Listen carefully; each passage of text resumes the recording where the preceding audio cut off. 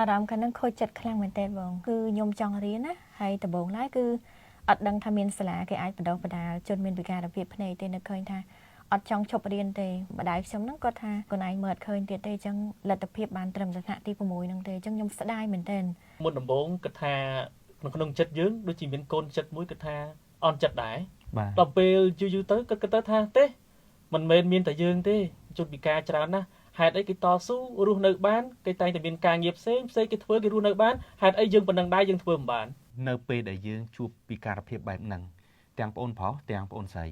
តើយើងជំនះភាពពិការរបស់យើងនៅក្នុងវ័យកុមារដោយរបៀបម៉េចតើអារម្មណ៍យើងពេលនោះយើងគិតយ៉ាងម៉េចដែរទោះបីថាយើងស្ថិតនៅក្នុងភាពពិការមែនក៏ប៉ុន្តែខ្ញុំគិតថាអ្វីគឺវាអត់ឈ្នះនៅការវិនិច្ឆ័យហើយនឹងទឹកចិត្តរបស់យើងទេបាទទោះបីថាត្រូវរងការប៉ះពាល់ពីមជ្ឈដ្ឋានជុំវិញខ្លួនក៏ដោយប៉ុន្តែគឺការតាំងចិត្តរបស់យើងគឺត្រូវតែរឹងមាំជានិច្ចព្រោះថាយើងខុសពីគេជាជនទូទៅយើងធ្វើអីអត់បានដូចគេទេអត់សពគ្រប់ដូចគេទេអញ្ចឹងវាតែងតែមានការប៉ះពាល់ហើយនៅប៉ះទង្គិចផ្លូវចិត្តគឺមានហើយប៉ុន្តែយ៉ាងណាក៏ដោយយើងមិនតូតទុនមិនដេកដួលទៅលើភាពពិការរបស់យើងទេអារម្មណ៍ពេលហ្នឹងអន់ចិត្តខ្លួនឯងអូនដែលមើលអីអត់ឃើញអញ្ចឹងណាមុនដំបូងគិតថាក្នុងចិត្តយើងដូចជាមានកូនចិត្តមួយគិតថាអន់ចិត្តដែរដល់ពេលយូរទៅគិតទៅថាទេមិនមែនមានតែយើងទេជនពិការច្រើនណាស់ហេតុអីគេតស៊ូរស់នៅបានគេតែងតែមានការងារផ្សេងគេធ្វើគេរស់នៅបានហេតុអីយើងប៉ុណ្ណឹងដែរយើងធ្វើមិនបានអញ្ចឹងយើងត្រូវតែតាំងចិត្តធ្វើឲ្យបានដូចគេអញ្ចឹង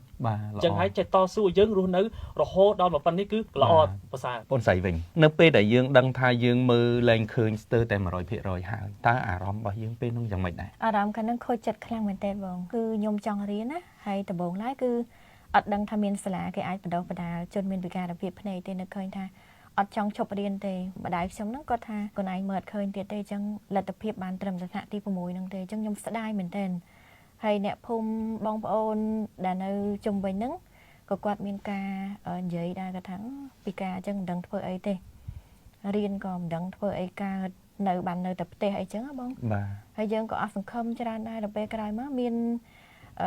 វេទិកាមួយដែលគេចុះផ្សព្វផ្សាយថាគេមានសាលាបណ្ដុះបណ្ដាលជនមានពិការភាពចឹងទៅក៏ខ្ញុំចាប់ផ្ដើមមានក្តីសង្ឃឹមឡើងវិញហើយម្ដាយខ្ញុំក៏យកខ្ញុំទៅចុះឈ្មោះចូលរៀនតាំងពីចូលរៀនហ្នឹងមកគឺខ្ញុំចាប់ផ្ដើម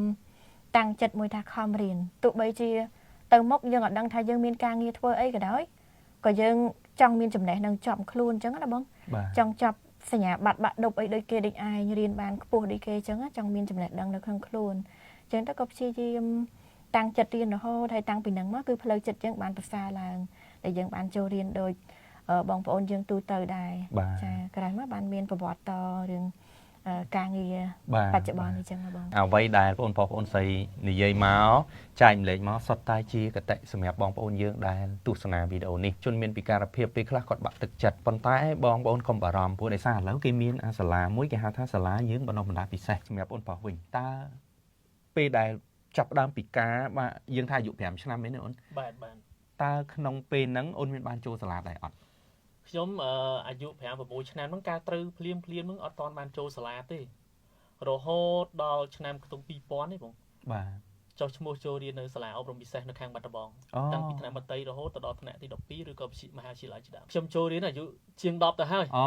បាទកាលហ្នឹងយើងអត់ទាន់បានទទួលព័ត៌មានថាមានសាលាអប់រំពិសេសទទួលឲ្យសិស្សជនមានពិការភាពភ្នែកចូលរៀនទេបាទដល់ពេលក្រោយមកបានដឹងឪពុកម្ដាយបញ្ជូនមកសាលាតែម្ដងអត់អីដែរណ៎ដល់ពេលអាយុ10ឆ្នាំចូលរៀនអត់អីធម្មតាបងបាទចុះឈ្មោះចូលរៀនពីថ្នាក់ទី1រហូតដូចគេដូចឯងដែរគាត់ថាយើងរៀងធំជាងគេបន្តិចតាមថ្នាក់អញ្ចឹងទៅរៀនហ្នឹងជួបគ្នានឹងតែម្ដងឬក៏មិនទៅរៀនជួបគ្នាបងគាត់ថាខ្ញុំចូលក្រោយគាត់ខ្ញុំរៀនកម្រិតបឋមនៅសាលាធម្មតាអញ្ចឹងដល់ពេលខ្ញុំចូលរៀននៅអង្គការនៅមណ្ឌលអប់រំពិសេសហ្នឹងខ្ញុំចូលរៀនបន្តនៅអនុវិទ្យាល័យចាប់ពីថ្នាក់ទី7ទៅមកចូលរៀនហ្នឹងស្រឡាញ់គ្នាភ្លាមឬក៏មិនដែរអត់ទេបងអត់ហ្មងខ្ញុំយ៉ាងធំបន្តិចគេទៅក្មេងនៅតូចហ្នឹងអញ្ចឹងបាទនៅតូចហ្នឹងខ្ញុំអត់តាន់បែកសាច់អត់តាន់ពេញរូបពេញរាងទេកាលហ្នឹងនៅកម្មារភាពឥឡូវដែរឆ្នាំណាចាប់ដើមស្រឡាញ់ដែលជួបគ្នាហើយអាចថាមានទំនាក់ទំនងជាមួយគ្នាអាហ្នឹងចូលធ្វើការហើយខ្ញុំរៀងខ្លួនហើយចេះគិតចេះគូអាចសាងគ្រួសារបានហើយពេលហ្នឹង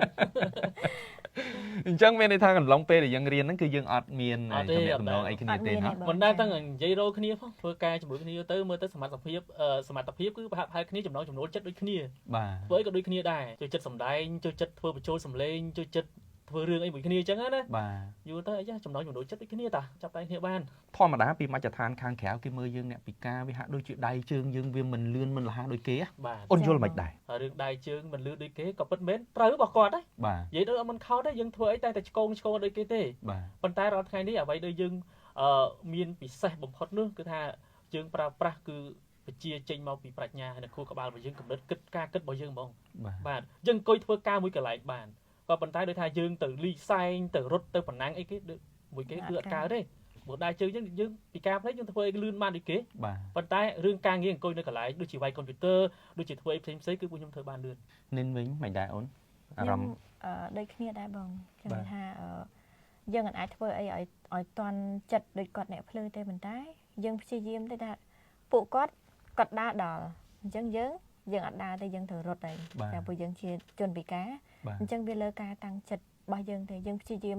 ដោះខាត់អ្វីដែលយើងមានដងពីកំណើតហើយគឺយើងដោះខាត់អានឹងយើងកំចាប់អ្វីដែលយើងអាចទៅរួចអញ្ចឹងណាបង ប៉ុន្តែអាកូនចិត្តរបស់យើងមួយមានអារម្មណ៍ថាអន់ចិត្តជាមួយនឹងពួកគាត់និយាយអត់នៅពេលដែលយើងទាំងពួកគាត់ដឹងថាយើងពិការមានអ្នកខ្លះមួយចំនួនតូចទេប៉ុន្តែអានេះគ្រាន់តែថាយើងចង់សម្ដែងអារម្មណ៍មួយថាតើអារម្មណ៍របស់យើងផ្ទាល់ដែរនៅពេលដែលឮសភាពបែបហ្នឹងឬក៏គេថាយើងអញចេះអញចុះពីមុនឡើយតែឥឡូវវាអត់មានទៀតទេតែពីមុនឡើយយើងមានអារម្មណ៍អន់ចិត្តទេ បើពីមុនអន់ចិត្តបងបើសិនជាមានគេនិយាយអញ្ចឹងណាអន់ចិត្តប៉ុន្តែមកដល់បច្ចុប្បន្ននេះបើសិនជាលើពួកគាត់និយាយថាយើងជនពិការមិនអញ្ចឹងអត់អន់ចិត្តទេដោយសារខ្ញុំគិតថាពួកគាត់អត់តាន់យល់ពីស្ថានភាពរបស់យើងទេអត់តាន់យល់ថាយើងរបៀបមិនអញ្ចឹងណាបាទអញ្ចឹងប៉ុន្តែយើងសំខាន់យើងស្គាល់ខ្លួនឯង អូនបងវិញមិន បាទពីមុនព័ត៌មានតាក់ទងទៅនឹងជនមានពិការភាពភ្នែកឬក៏ជនពិការទូទៅនឹងអត់សូវទូលំទូលាយទេអញ្ចឹងគាត់ចង់ថាយ៉ាងម៉េចក៏បានដែរតែឥឡូវនេះបង្ហាញឃើញនៅក្នុងសង្គមពិតថាជនពិការមានសមត្ថភាពយ៉ាងណាតែបើបងប្អូនយើងនៅតែតិចទៀតនៅតែថាទៀតគឺបងប្អូនយើងមកពៀនបាទតែពិតបងប្អូនយើងឃើញស្រាប់ហើយជនពិការឥឡូវនេះមានសមត្ថភាពធ្វើអីខ្លះបង្ហាញនៅក្នុងសង្គមជាក់ស្ដែងតែហ្មង